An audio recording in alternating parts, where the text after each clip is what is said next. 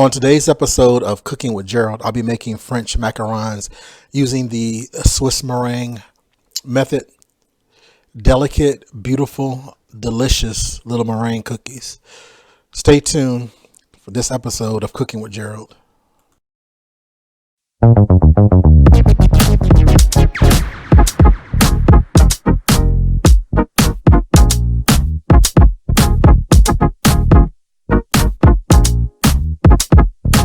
Hey guys, welcome back to my channel, Cooking with Gerald. In today's episode, I'm making Swiss meringue macarons. To get started, we're only going to need 4 ingredients: almond flour, egg whites, powdered sugar, granulated sugar, and that's it. And food coloring, if you're going to use food coloring to color them. And I may even put a little vanilla extract in there. So to get started, I'm going to go ahead. I've already went ahead and sifted my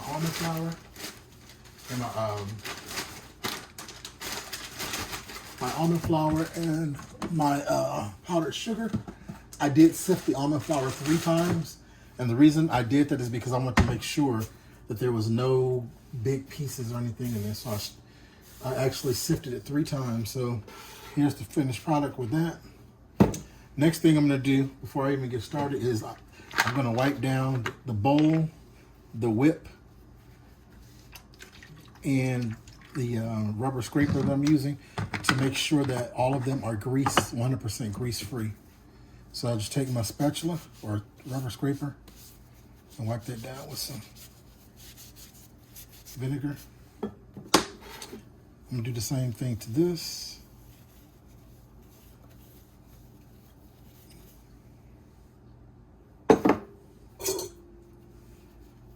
My whip.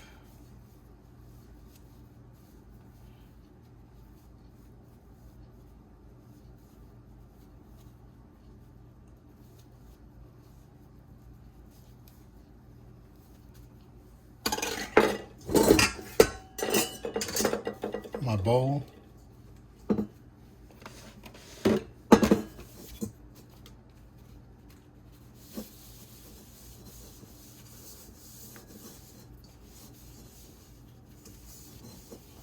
All right, so I'm going to give these a couple of minutes to make sure that they're 100% dry.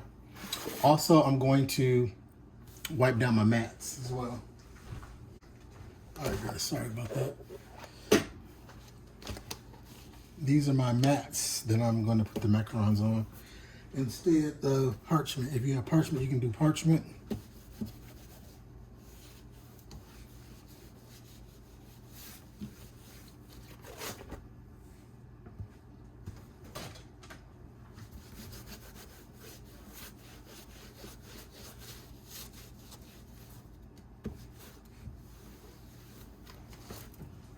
So once these dry, I will be back. All right, guys, so I'm back. So, excuse me. The powdered sugar and the almond flour, I'm actually doing a double recipe, but normally it will be 50 grams. I'm doing 100 grams each of the powdered sugar sifted and the almond flour sifted. If you sift them both together, the almond flour will go down there a lot easier because the powdered sugar coats that almond flour. Everything is dry. I have my water on simmering. We're doing the Swiss meringue method. There's 3 different ones. There's Swiss, Italian, and French. Using the Swiss meringue method is when you combine your egg whites and your granulated sugar in a bowl over a pot of simmering water or a bain-marie until the mixture reaches 175 degrees Fahrenheit. At that point, you put it in a mixing bowl and you whip it until you get stiff peaks. With the Italian method, it's made by heating up the sugar and water until it reaches 245 degrees Fahrenheit and forms a sugar syrup. Then while the egg whites are whipping in a stand mixer, you add that hot sugar syrup in slowly down the side of the mixing bowl and allow the eggs to whip to stiff, glossy peaks. The French method is made by first whipping up the egg whites until they reach a soft peak, and then you gradually add the sugar until the mixture reaches stiff, glossy peaks. Right, so water is up. Let me turn it down some.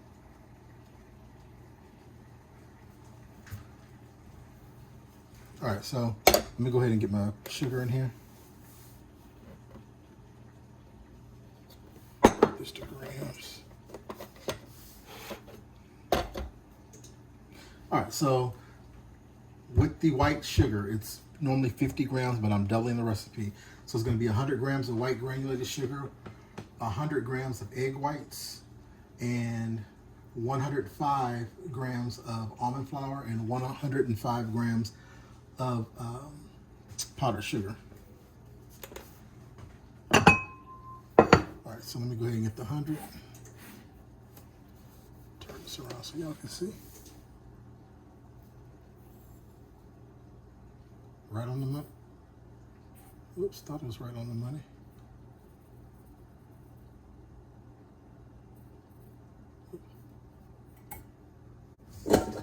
Okay, so I'm gonna put that inside of my bowl.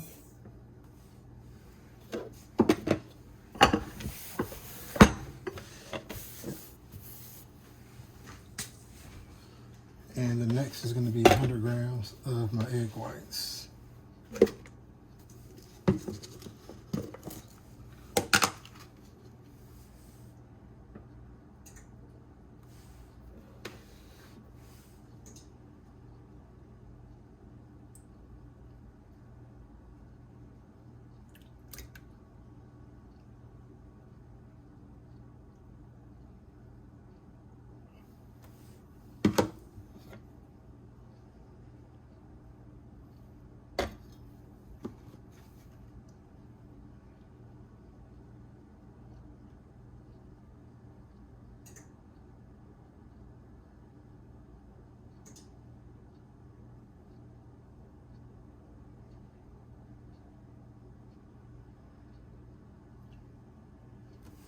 Alright, we're going to leave that 101.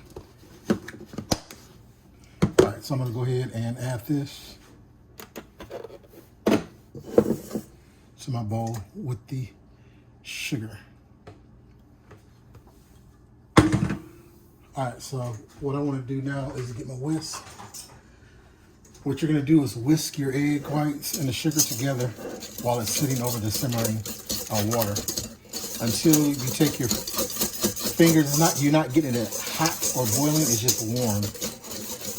When you take your fingers and you're able to rub them together like this and not feel any grit from the sugar, then you're good. So give me just a moment, I'll be right back. All right guys, so as you can see, the water is just simmering. It's barely bubbling at all. That's the way you want your water. And I'm gonna hold this over the bowl. It should not be touching the bottom of the pot, or it should not be touching the water either.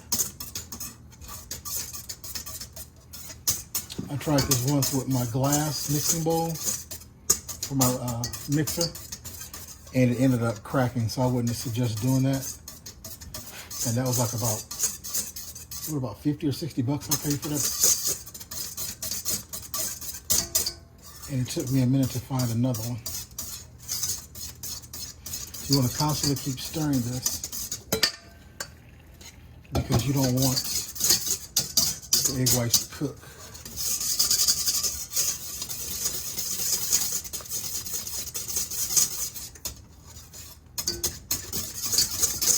And it shouldn't take long at all, about 2 or 3 minutes. Yeah, it's almost there.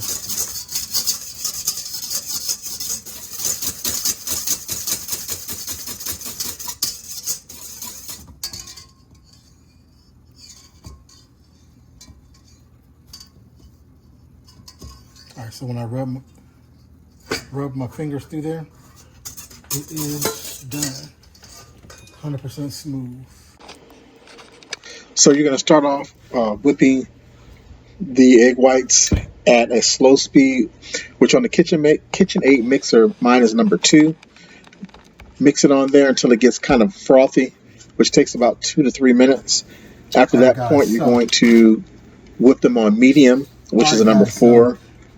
For about 3 to 4 minutes, and then after that you want to take it to number 6, which is a medium high, You don't until want you to receive overwhip them, stiff peaks, which and may you take want to anywhere from whip them 8 to slowly so 12 they or build a lot 13 of minutes. volume. Just kind of depends on So your mixer. You want to check it what you want to do periodically after every couple minutes to see is if start they are at mixing or stiff peaks, because you do not start want to overbeat whisking them. on the But low what you're doing is speed. you're Like in bringing my KitchenAid mixer to be or number whipping the 2 egg whites for about 30 up to a stiff seconds. peak in a slower And then motion than you after would be if that, you're just putting it on high you want and to, going. So once that's finished, then you can actually add in your food coloring.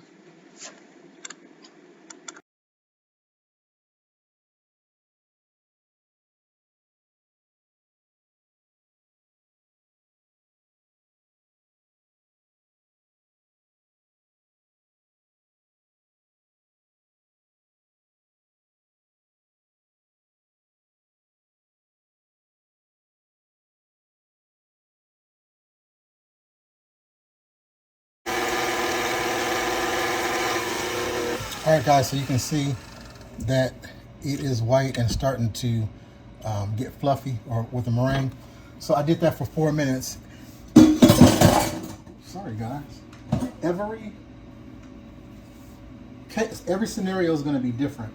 And the reason I say that is because the mixers may be different. So what you want to do is you want to take a look at the meringue so that you can see exactly where it needs to be, which is what I just did here. And it took me about 4 minutes. So now I'm going to put it on medium high, which is about a number 6 on the mixer, and beat that for probably like about five or 6 minutes or so, and I'll come back and check it.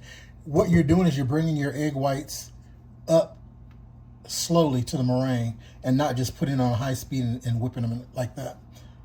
So we'll go ahead and put it on 6.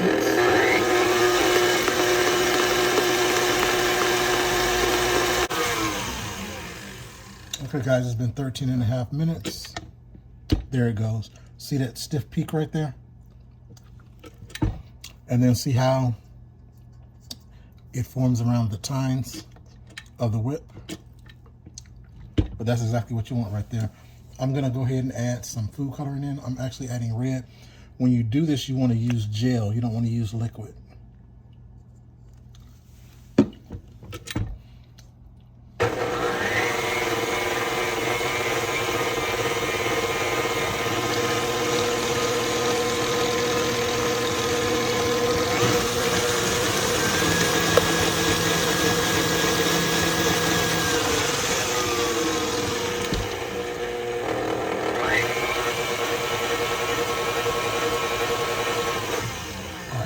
Finish doing that. Once we're at the macaron stage. All right.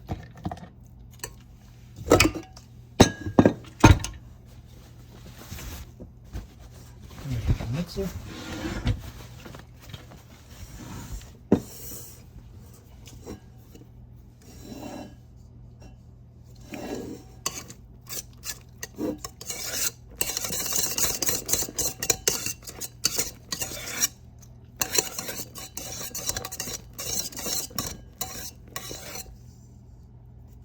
Look at that.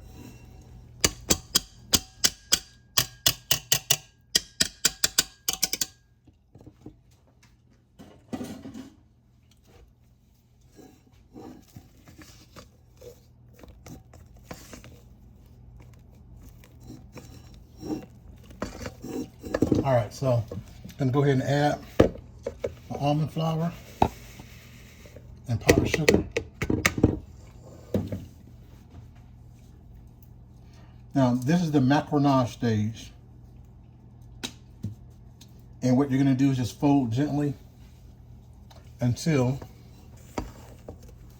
everything is combined. And when everything is combined, when you let it fall off the spoon, it should run like a figure 8 without breaking off.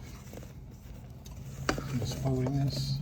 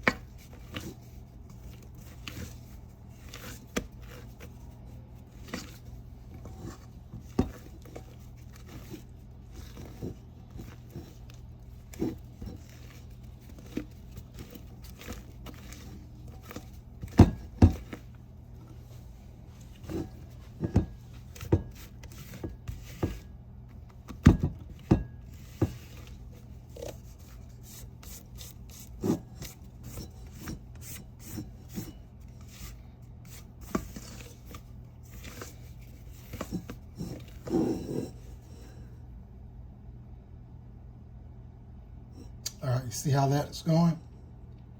It's staying together and it's not breaking off. It's actually ready. So,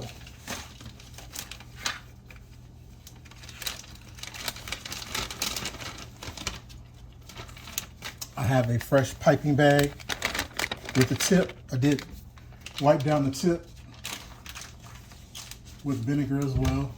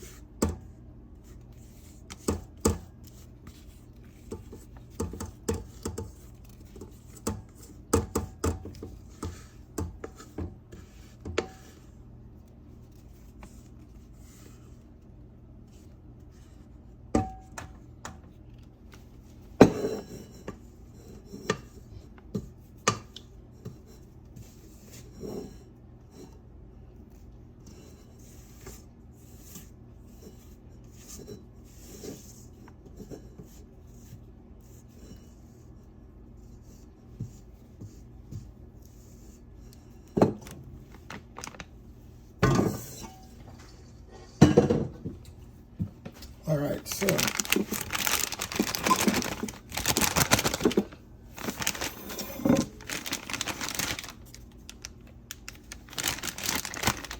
have this together. Let's seal it up.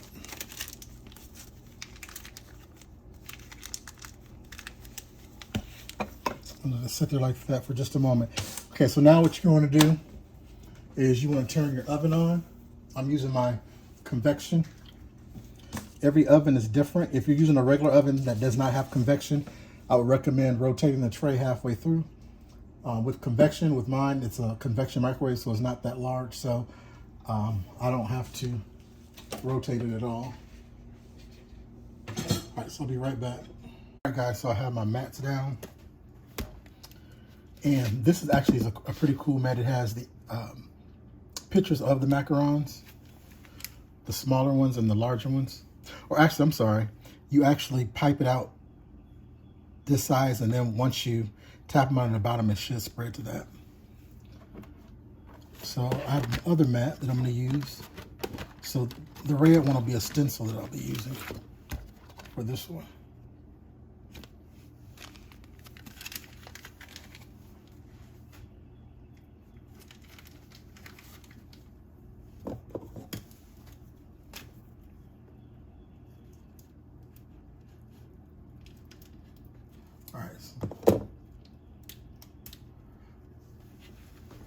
All right, so I have to clip the top off.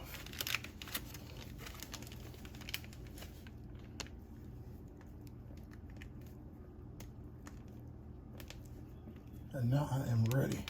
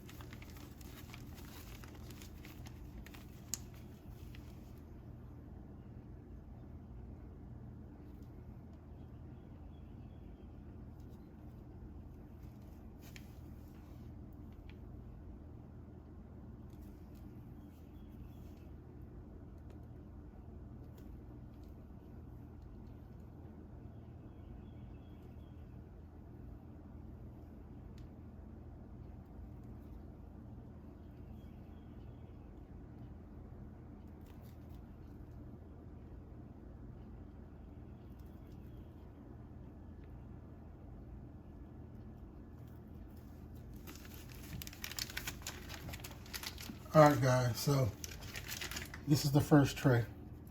I'm not an expert, but it's gonna do what it do. All right, so what I wanna do now is clean this up.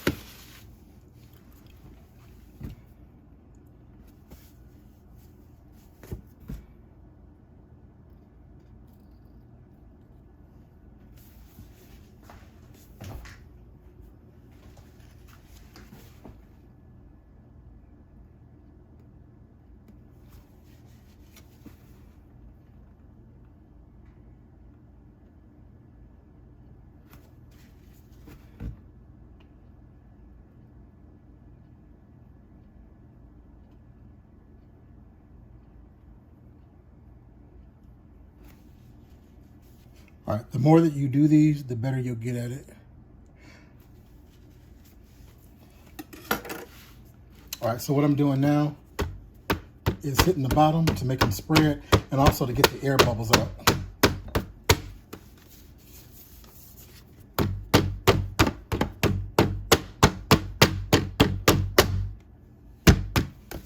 All right, as you can see,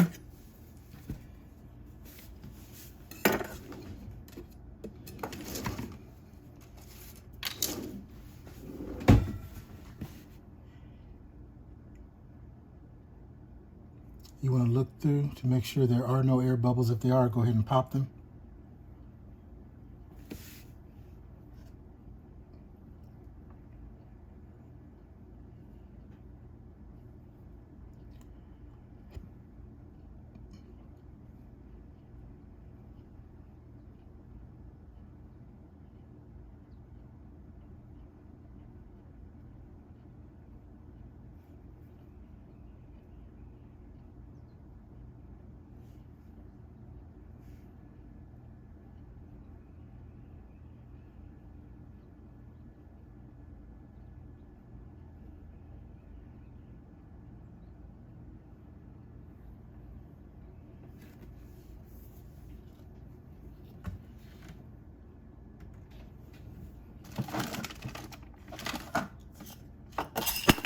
Oops, sorry about that, guys.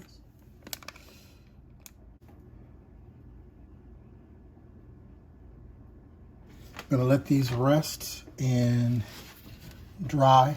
When they're dry, you should be able to touch the top of them with your finger and not leave any fingerprint or anything on them. So let me go ahead and, let me pull these out over here. All right, so I have those on the table. So I have a ceiling fan on, which will help dry those out faster. So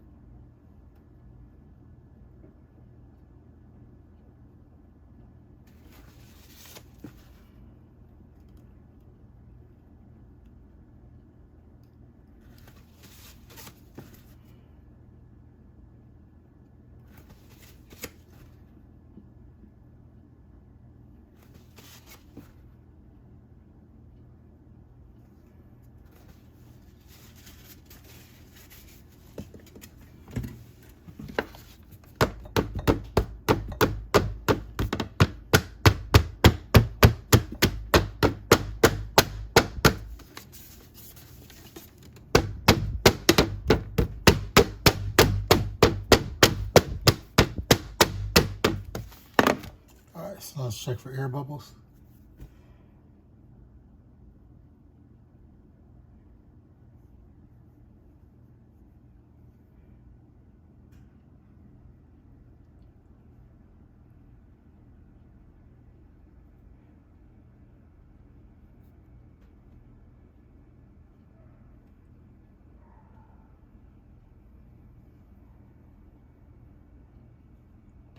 All right, so these are gonna go ahead and sit and dry. I'm gonna let them all sit for about 30 minutes and I'll be back. All right, guys, so I'm back. These have been sitting for about 35 minutes. And as you can see, I can run my finger across the top. It's dry. So we're gonna go ahead and I'm gonna put the first batch in. All right, so my oven has been preheating.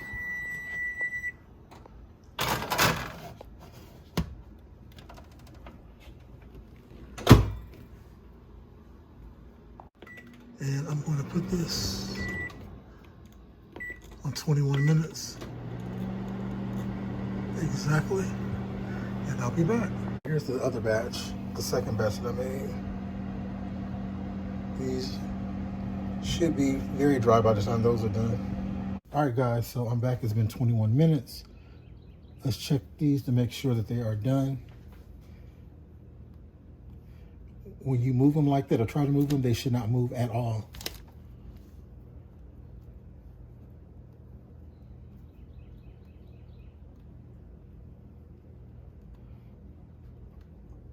These are good. So I'm gonna go ahead and let these cool off for a few minutes and then I'll pull them off the tray. Oh, actually, I'm gonna pull them off the tray now.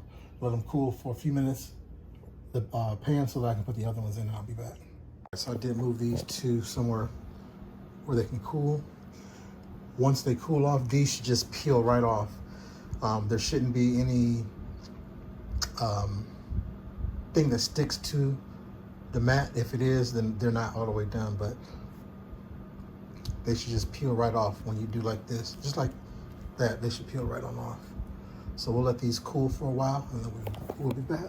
Hey guys, so here's a perfect example of me not waiting until these cooled off enough. It's stuck to the bottom. These right here, like I said before, just peeled right on off, no problem. I'll show you again.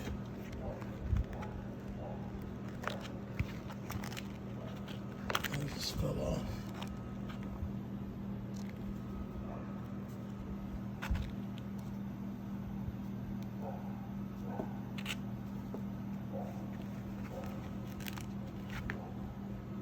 So these three I pulled off too soon, but as you can see, all the rest of them are done. Nice and smooth bottom. Let these cool for a few hours, but what you can pretty much do is try to pair them up to see which ones fit which. The best, rather. Nope. Like, this is a perfect fit. Oh, also, see the feet?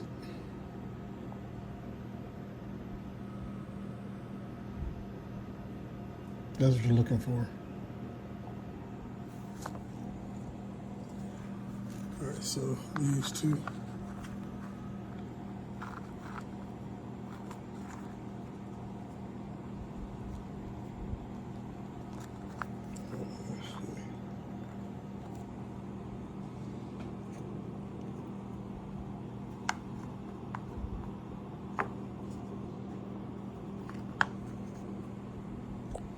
These two.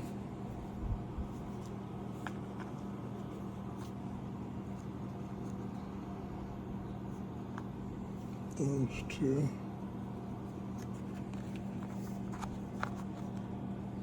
These two.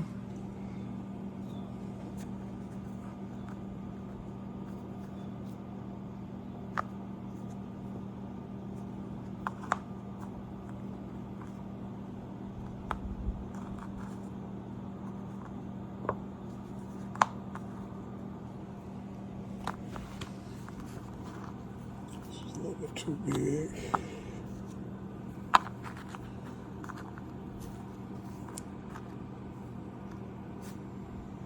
This might be just right. Let's see.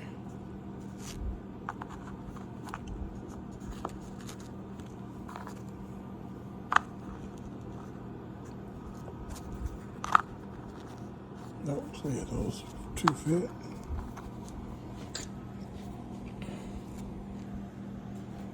I'm making a mess on my table.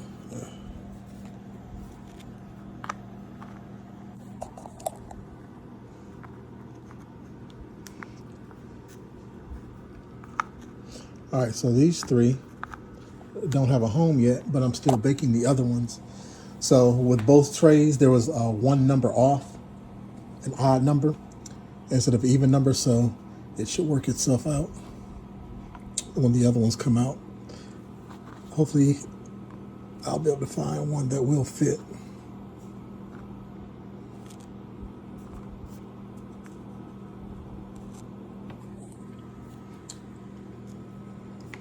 All right, so I'll be back once the other ones are finished. And what you're gonna do, they're best after you've let them sit overnight in the refrigerator.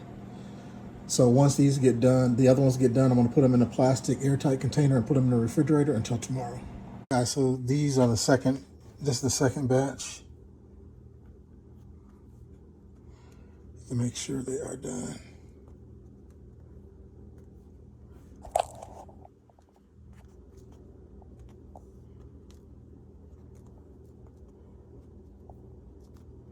Yep, these are done. They're not moving. These I'm not going to take off the tray. I'm going to leave them on the tray until they cool off, and see if there's any difference. Like with the three that I had, that when I peeled them off, some of the stuff peeled off with it. Some of the actual cookie did. So I'm going to let these cool to room temperature, and I'll be back. All right, guys. So these are done. These are cooled off. This is a few hours later. The way I like to do is just peel them off. See how they just come off when I peel them off?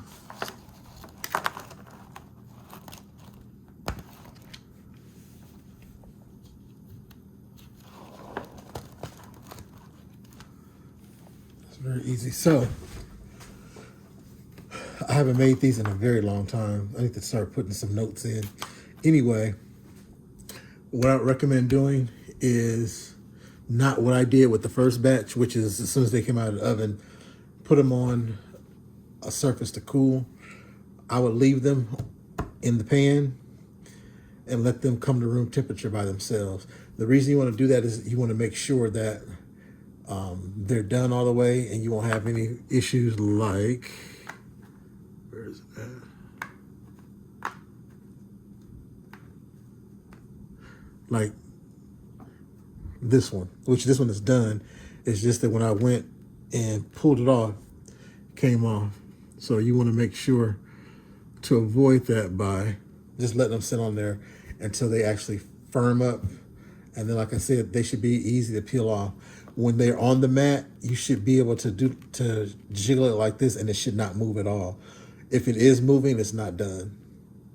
They should be like rocks. They should be stuck on here real tight. And then, like I said, once they cool off, they'll harden up, and that'll be all she wrote. So let's see if we can get some of these to fit one another. All right, so that one is fine.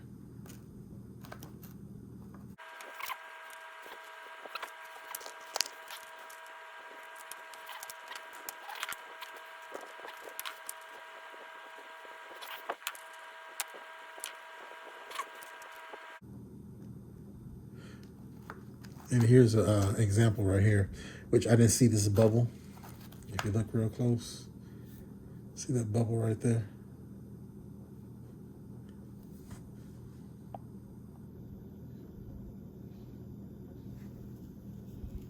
See that right there, that bubble?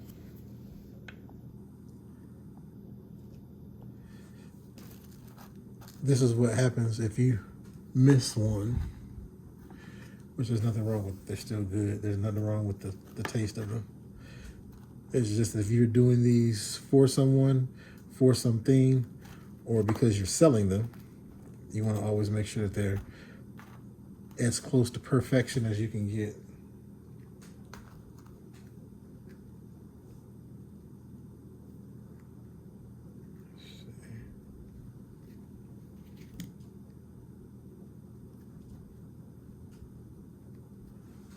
Yeah.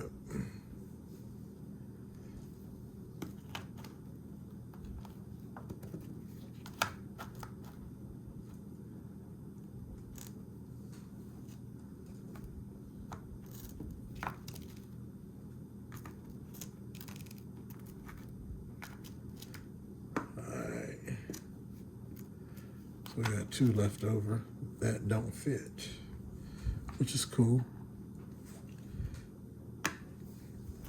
We can still make these into a sandwich, or what I'm gonna do is break it open. So you can see how it's full on the inside. That's what you want. You don't want one that's hollow.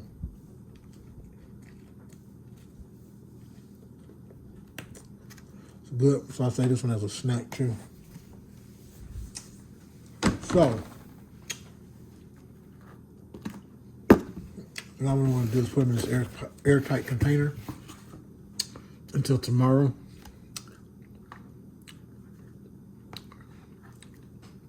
That gives them enough time to mature and kind of harden up some. They taste much better then. Then I'll go ahead and make some fillings. I'm not sure what I want to put in them yet. If it's just straight buttercream or if I want to make some type of filling.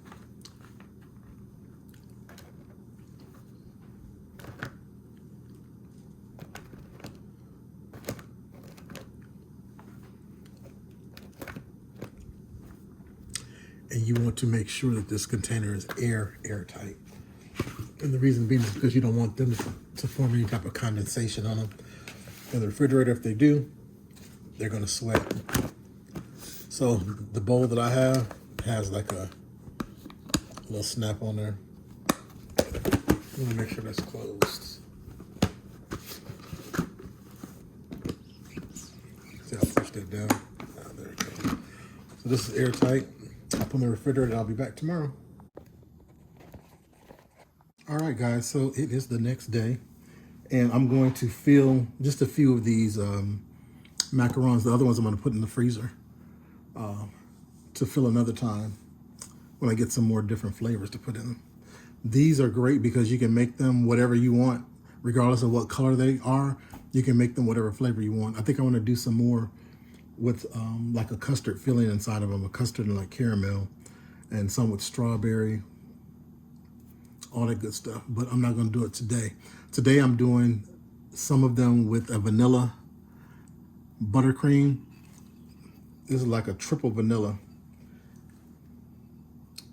It has, maybe let's see close up the specs, has the vanilla beans in there, has homemade vanilla powder that I made, and vanilla extract. So it's very vanilla-y. So we got the airtight container and the macarons.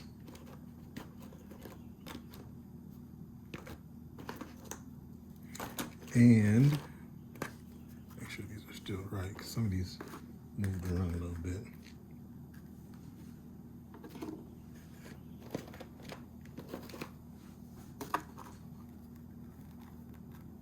Yeah, they're good.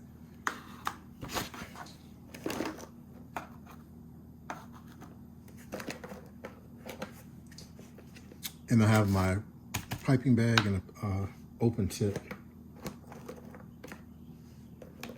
All right, so it looks like I'm missing. Oh, no, I'm not.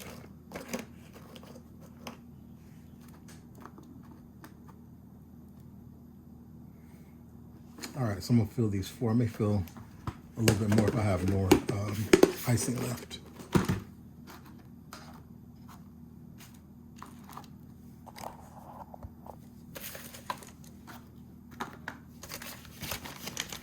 Go ahead and put my tip down in my piping bag and then fill my bag up.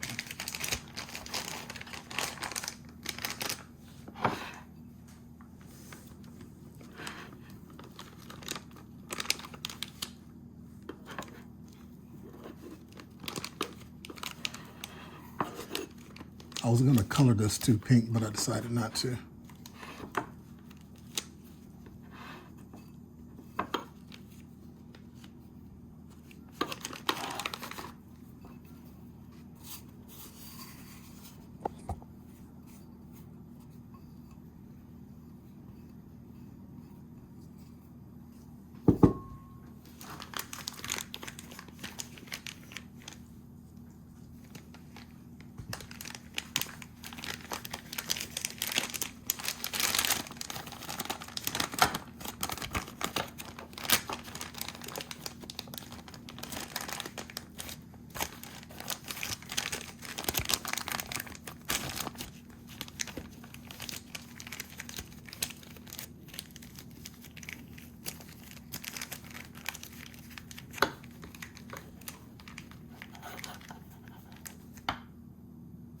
All right.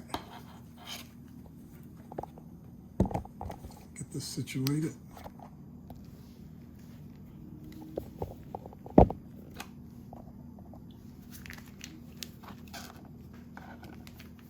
These are very easy, very quick.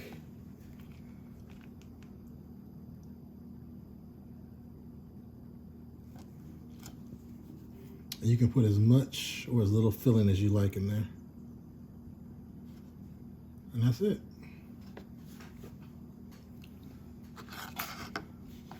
If I wanted to fill it with something, I would get a smaller open tip like this, and go around in a circle to leave the middle of it hollow so that I can put whatever filling, whether it's cherry or banana or whatever I'm going to put in there, down in there that way. So when you bite into it, you get an explosion in your mouth.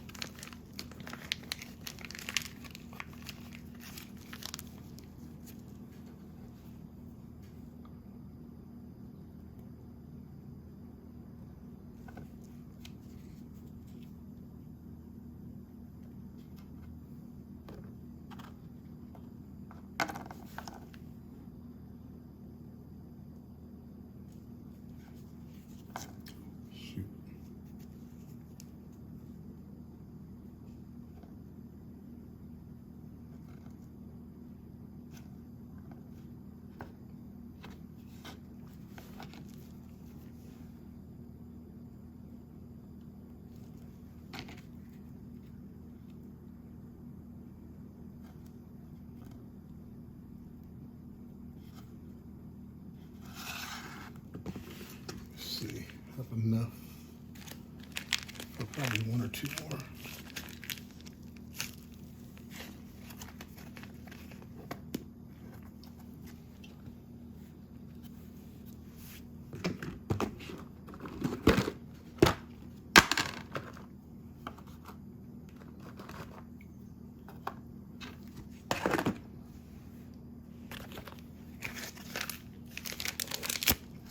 And these will stay good in the freezer for a few months. When you go to a regular store to purchase some, whether it's to a macaron shop or just a regular grocery store that carries them, you'll always see that they're in the frozen section, in the freezer. That's what keeps them fresh.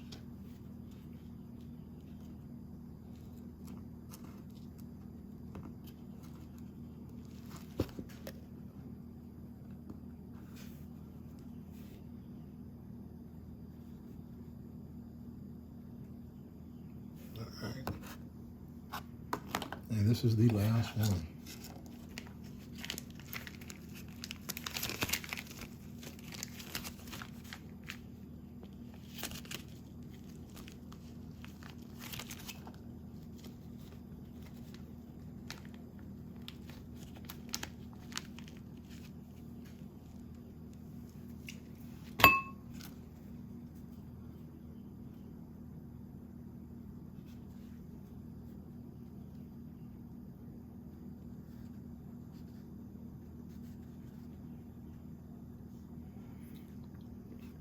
These look like sandwich cookies.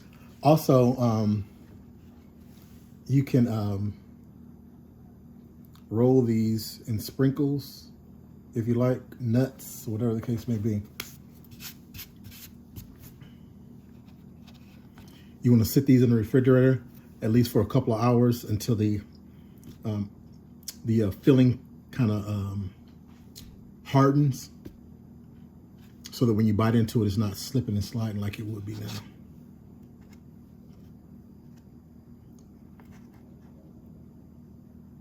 All right, guys, so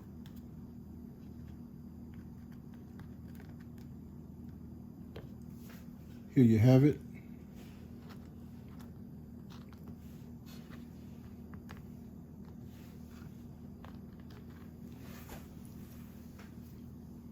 My version of macarons.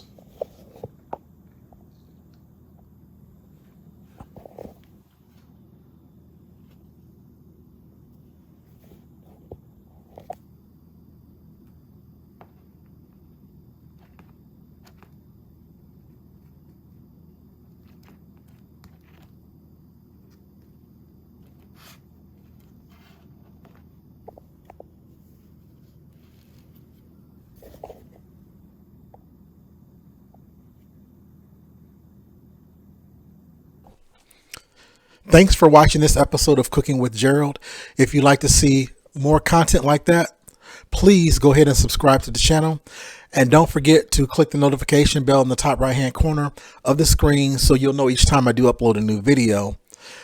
Please share this video and leave me some comments down below. And give this video a thumbs up. Until next time, stay safe.